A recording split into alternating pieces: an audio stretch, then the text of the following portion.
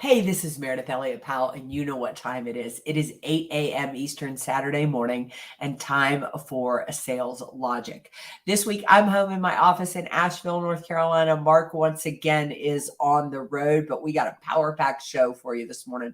What do we have coming up this morning, Mark? Well, we do. We have the sun coming up here in about half an hour. I'm out in Seattle, so it's dark 35 a.m. here. But hey, we're talking sales goals, how to set them, achieve them, and blow past them. We got a great question from Regina in Little Rock. So we haven't talked on this in a long time, so this is going to be a good topic. All right, let's go ahead and kick off.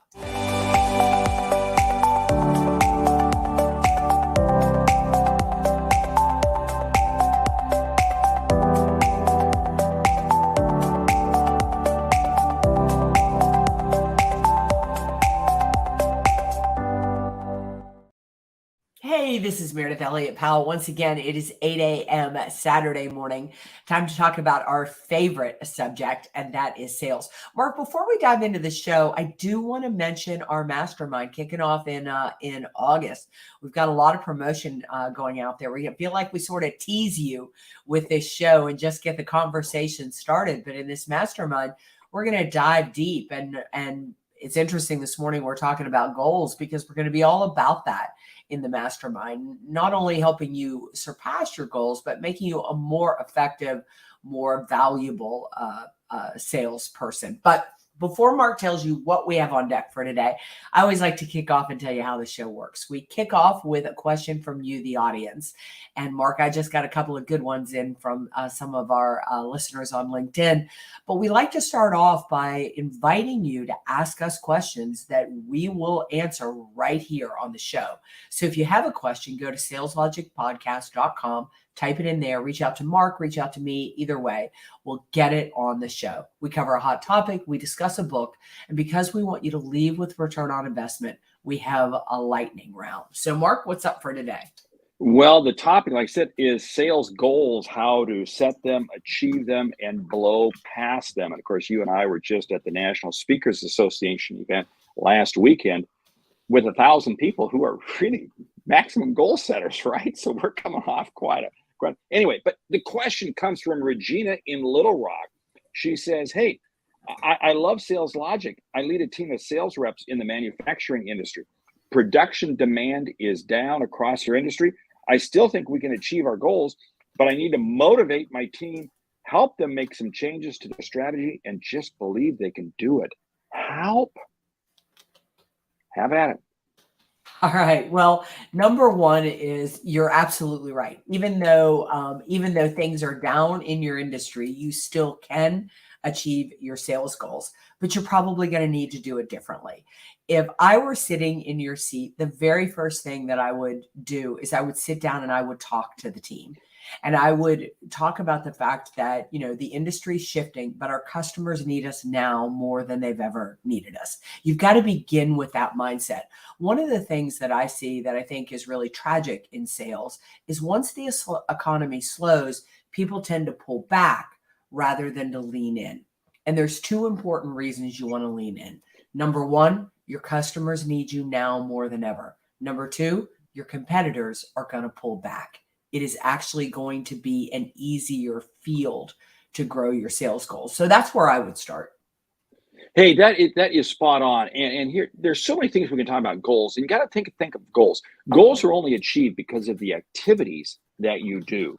So, Regina, you got to look at your sales team and say, what are the activities? I look at goals as being points on the scoreboard. And points on a scoreboard, regardless of the game, are achieved because of plays on the field or the court, whatever it might be. And those are the activities. Now, you got to ask yourself, am I doing the right activities? So you, Regina, are challenged with making sure that your people are focused on the right activities. And here's how I look at it.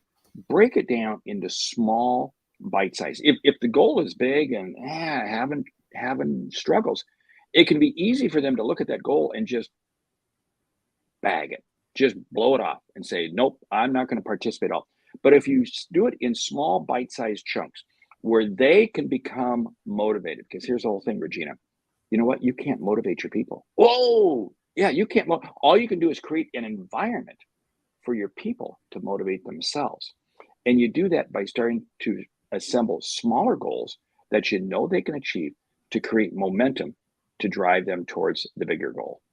Mark, speaking of National Speakers Association, we got a rock star in the house this morning, Patrick Almond. If you all don't follow Patrick Almond, don't follow his the information he puts out there on technology, on social media, on marketing, boy, you definitely need to check him out. So welcome to the show, Patrick. All right, back to goals. Because you've got to begin with mindset, you've got to get them to believe that they can hit these goals, not to be worried about, about the obstacles and the challenges that are out there. Start with a little bit of progress. Look backwards. Just look at how much doing the right activities, as Mark had said, what success it has brought them. So start with a little bit of a celebration. I think this is so important. I do this in my own business. I had sort of a rough patch a couple of weeks ago where just no business was dropping. And it was tough for me to stay motivated to make my sales calls, which is exactly what I needed to be doing when I'm not hitting my goals. So I went back and I just looked over the last couple of years and I looked at how much my business has grown in the last couple of years and how much progress I have made. So start there, really look back over the year and really start with a little bit of celebration with the team. That brings up an activity that I love doing and I recommend to anybody. Right now, we're recording this show on a Saturday morning. You may take Saturday morning and take 10 minutes and reflect back on the week and take a journal, take a page, and you label it for this week. And as you look back on the week, you make a note of the most significant accomplishment you've had for the week. And you may have not had a good week, but maybe you had one good phone call. Maybe you had some, but you jot that down and then you hug yourself and go, oh, I'm great. And you know what's interesting is it starts to change your mindset. Then you begin to look forward to next week and say, okay, what's the goal? What's the objective I want to accomplish? And you write that down on that page.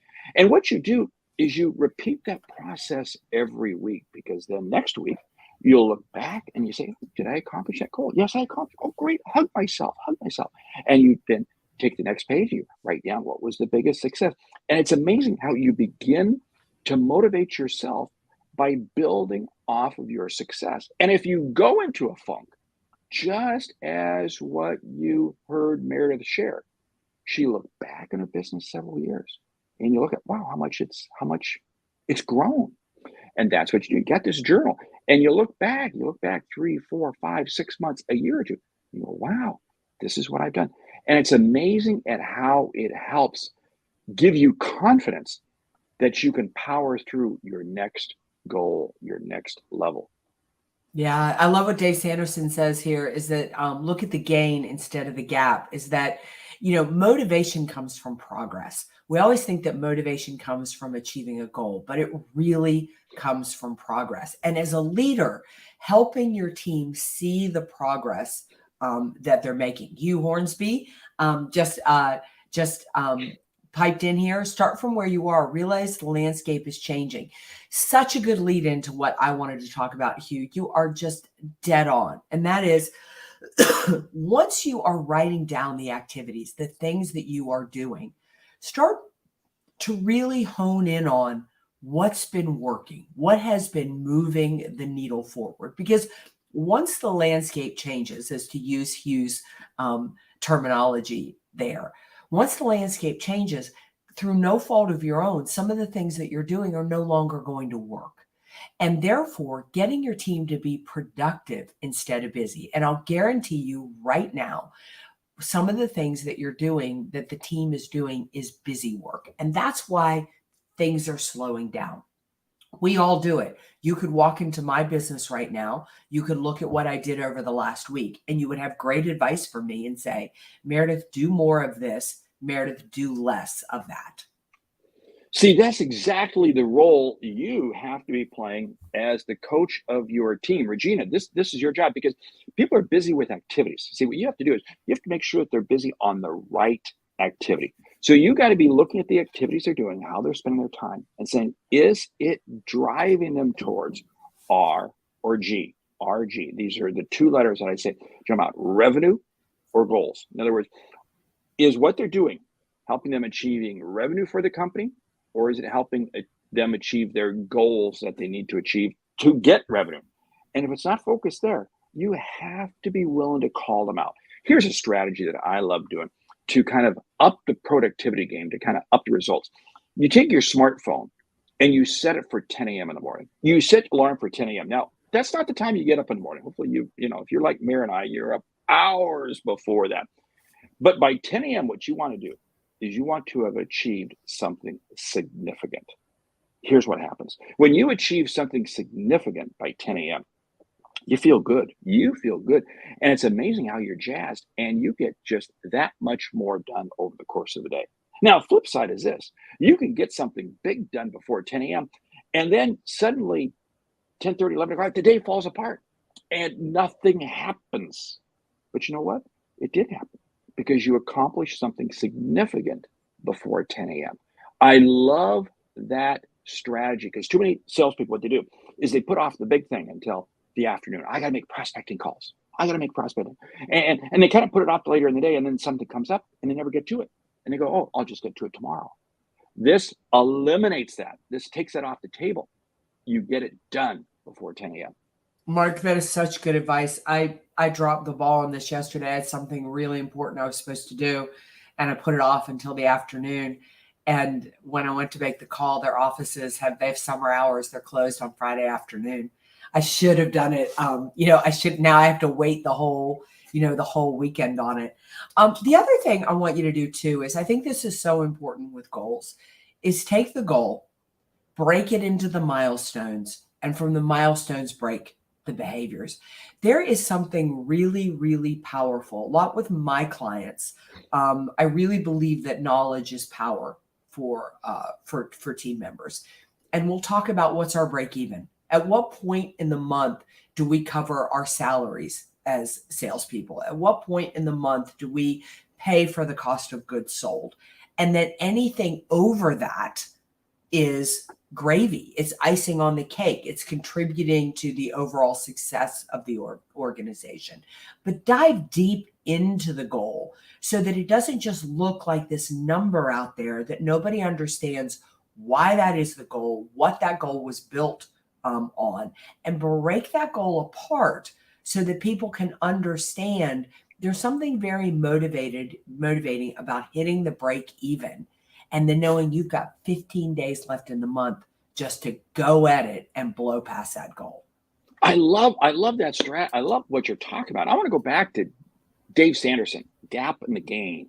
And there's a book virtually the same name by Dan Sullivan. And I want you to read that because it really talks about how you need to focus on the gain versus the gap. And he's got a second book. There's a second book out there. It's easier to achieve 10x versus 2x. You, Regina, you as a leader, and all of us are leaders of ourselves. We have to ask ourselves, is what I'm doing just a little incremental? Or do I need to do a draconian measure to jump forward? And this book, 10x versus 2x, is just that.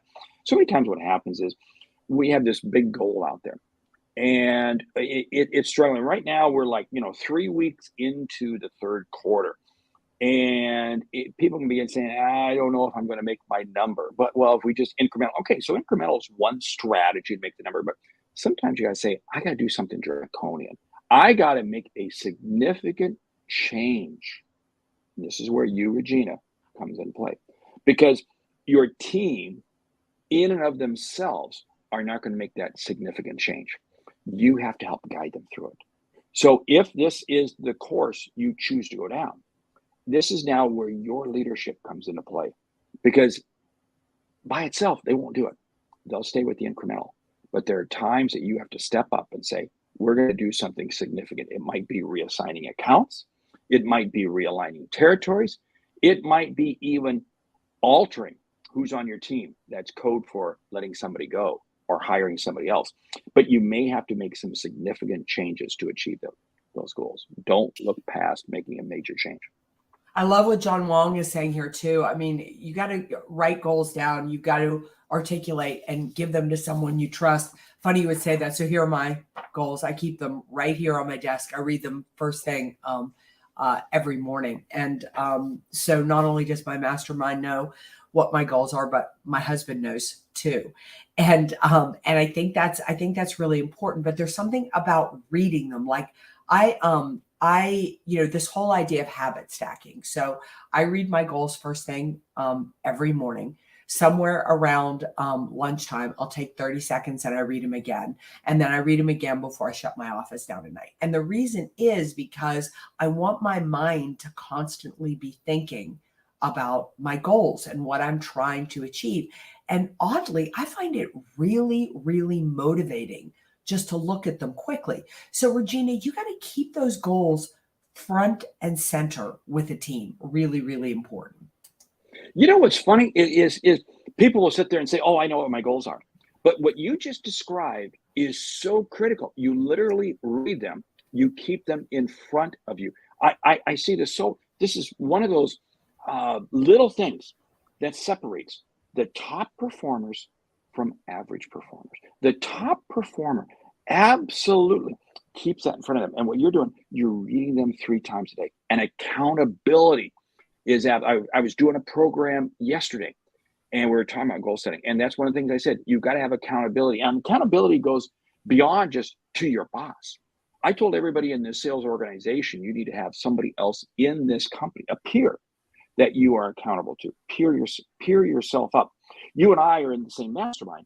And it's one of the things that we've been talking a lot about, the accountability of goals, because when you're accountable to somebody else, and they're willing to call you out, and they're willing to support you, they're willing to help celebrate with you, but they're willing to chastise you and kind of give you idea. It's amazing at what can happen. But to do that, you have to be willing to be held accountable. Yeah, for me, just looking at my goals 3 times a day drives my own accountability. I mean, my personal goals are on there too, and you'd see the very first one's health, because it's, to me, if my health is good, everything else rolls from it. And so, like one of the first activities, which is so important, what Bryn is talking about here, celebrate not just about the close, but the activities that lead to the close. So critical, so incredibly critical. But in reading my goals every morning, the very first thing under there is health, is drink 100 ounces of water every single day. Just that, the very fact that I read that first, I never grab a cup of coffee that I don't have a massive thing of water with it, because it reminds me that's how I have to start. So I think looking at those things is so incredibly important, and really focusing on the activities. Mark, one thing I want to say though, that if Regina really wants to motivate her sales team, focus on the goal some, but let's get focused back on the customer. Because if you want to blow past that goal, care about helping people. I cannot emphasize enough that I don't care what happens in the marketplace. I don't care if you have an industry that is blowing up, that things are not going well. This is the time when customers need you more. And you need to be out there, you need to be in front of them, and you need to increase your activities, not decrease your activities. If all you are is focused on your goal and not the customer, guess what? Then you've got commission breath. Congratulations, you have just earned commission breath. And you're right. It is amazing how you're focused on the customer. I want to come back to something that you said, because it's so good. You have your personal goals on the sheet. You know what I find, the really successful people? They know their personal goals and their professional goals, and they line up together. And that is absolutely key, because you really can't separate the two. Hate to say it. It's me as an individual that's going to accomplish my professional goals. It's my professional goals are going to be driven because of me as an individual. So guess what? My personal and my professional goals.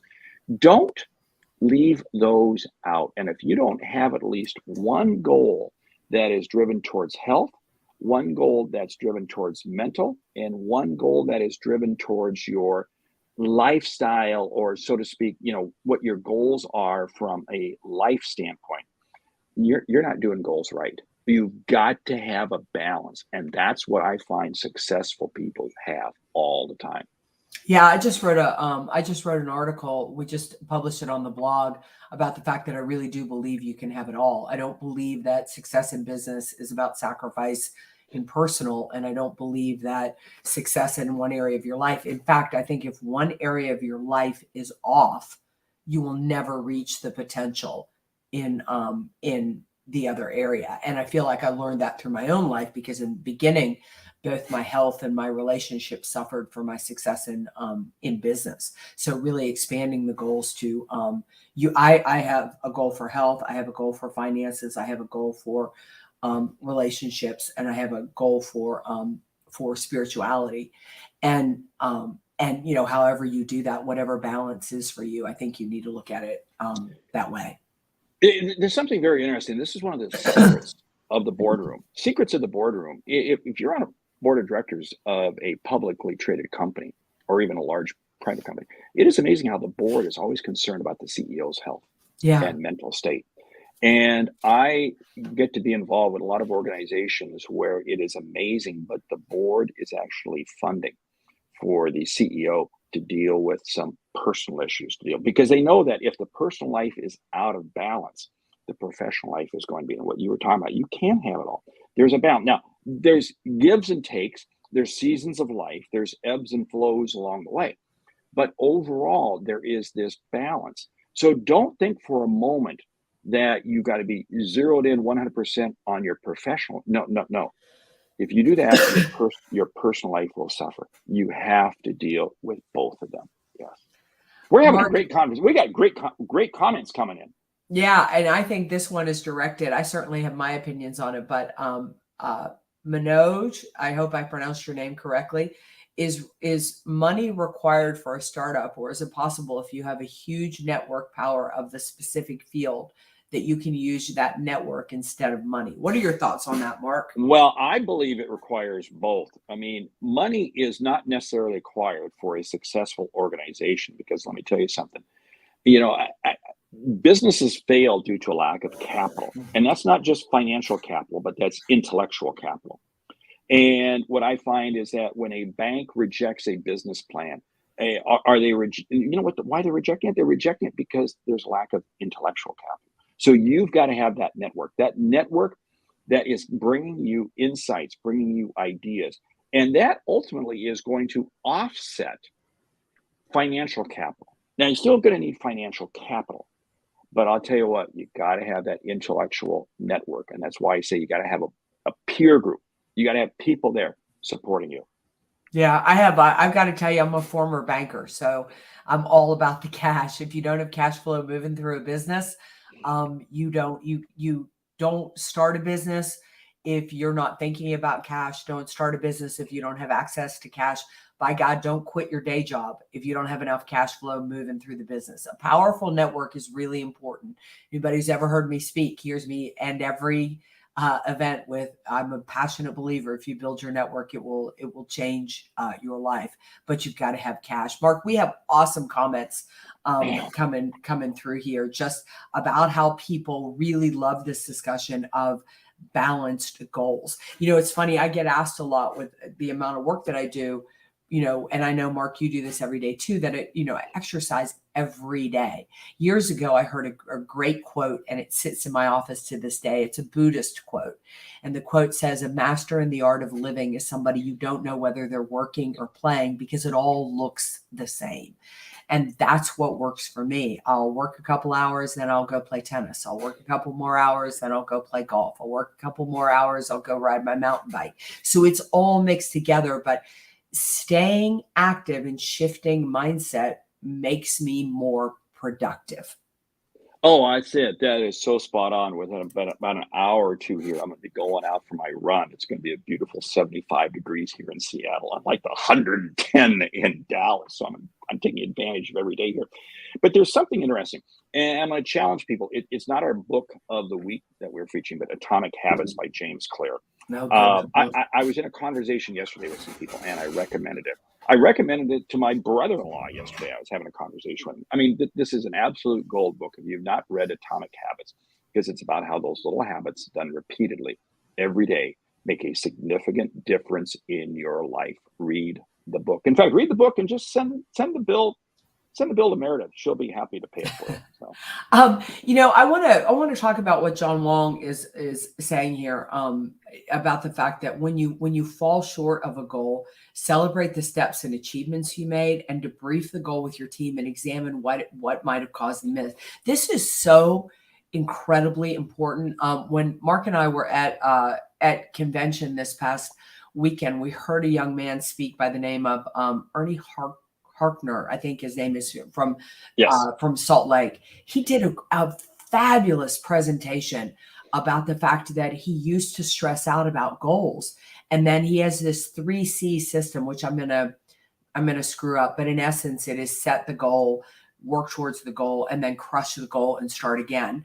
And crush the goal means if you don't achieve it, who cares? Start back and reset the goal. But that's so important.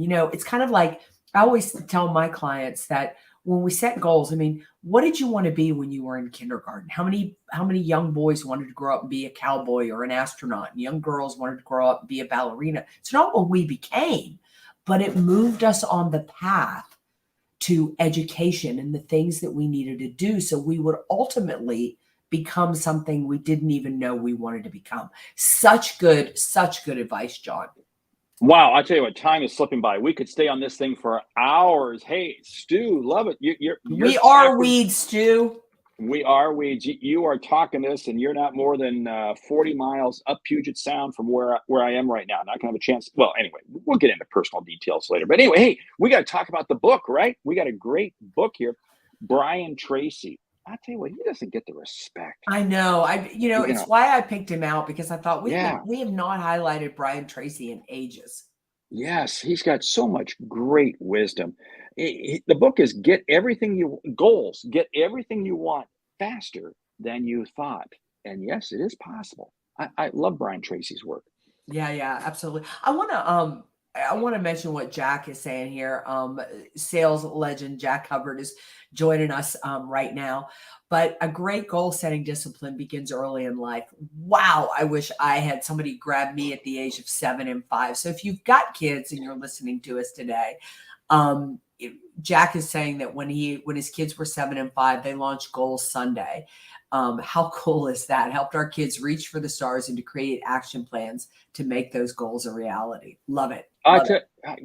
Goals are a key part, regardless of your age, regardless of your walk in life, because I'll tell you what, if you're not achieving your goals, you're helping someone else achieve their goals. Yeah. So whose goals do you want to achieve? And you know what's interesting? Studies routinely reveal that only about 2% of people in the world actually set goals and strive to actually achieve, remain focused on them. Only about 2%. It's pretty thin space out there. But anyway, hey, we got to keep moving along on time. Let's jump to the lightning round. Lightning round, top 10 ways to make your goals for 2023. Go. Number one, get a good handle on what is working towards achieving goals. Really start to dive in and think about those behaviors. Start blocking your time. I call it the 2x4 principle. Block your day into 4 2-hour blocks and hold yourself accountable for what you are accomplishing productively, not just busy, but productively in each 2-hour block. Yeah, take a lot of advice you've gotten here this morning and to find a group of people to share your goals with and hold yourself accountable. At the end of each day, reflect back and say, what did I accomplish? And make a note, just as I said, for the week. Break it down and do it by day. Celebrate your win each day to set yourself up to win the next day. Take the goal and break it into milestones. If this is the goal you want to accomplish by the end of the year, where do you want to be first quarter, second quarter, third quarter, and shoot for that first. Hey, use that 10 a.m. rule I said earlier. Set your alarm for 10 a.m. And the idea being is by the time that alarm goes off, you will have accomplished something significant each day. Amazing how you'll be that much more productive. Yeah. Plan your celebrations for your goals. What are you going to do and how are you going to reward yourself when you hit those goals? And be careful who you hang out with. We talk about accountability, but you know what? You don't have time to hang out with negative Nelly. It's reason Meredith and we get along so well because we're both driven to achieve. It's the reason we have a mastermind group, because the four of us. It's the reason we want you in Sales Logic Mastermind. Why? Because it's all about hanging out with common people set to drive forward to achieve goals that they didn't think were possible. Read your goals 3 times a day. Keep focused on those goals. Be your own motivator with them. I'm going to share one more. You share one more, and we'll close it down. Never, ever take your sight off your goal. And that goal may not be possible to achieve. And you know what? If you don't achieve your goal, like one of the people said in the comments, it's okay. You learn from it and you move forward. Even Michael Jordan did not make every shot. Every athlete never makes every throw, every shot. It's the way it is, but you move forward, never stop. Yeah, I'll say that, to close it out, really track your behaviors and track your goals. Tracking and measuring is really, really important when it comes to goal setting. I always tell people you're actually the best sales coach you'll ever have. Learn from what's working in your business, what isn't working in your business, and make the adjustments along the way. And hey, reach out, jump into Sales Logic Mastermind. If you don't know how to join, just email one of us. We'll get you set up in it, because I'll tell you what, it's gold. With that, we want to say thank you for listening to Sales Logic this week. If you like what you hear, subscribe, rate, and review the show on your favorite podcast app. If something we've said has earned you a single dollar, hey, consider telling a friend, because it's how we grow when we help you grow. I'm Mark Hunter. And I'm Meridith Elliott Powell. Remember, when you sell with confidence and integrity, all of this uncertainty suddenly becomes your competitive advantage. And the sale becomes logical. All right. We expect you to join us right back here next week, 8 a.m. Eastern. You are the most amazing audience. Thank you for your comments. Thank you for your wisdom. Thank you for your questions. Think about joining us at Sales Logic Mastermind, and check out the podcast. And remember, if you have a question, something you want us to discuss, go to saleslogicpodcast.com, enter the question there, and we'll feature you right here on this show. See you next week.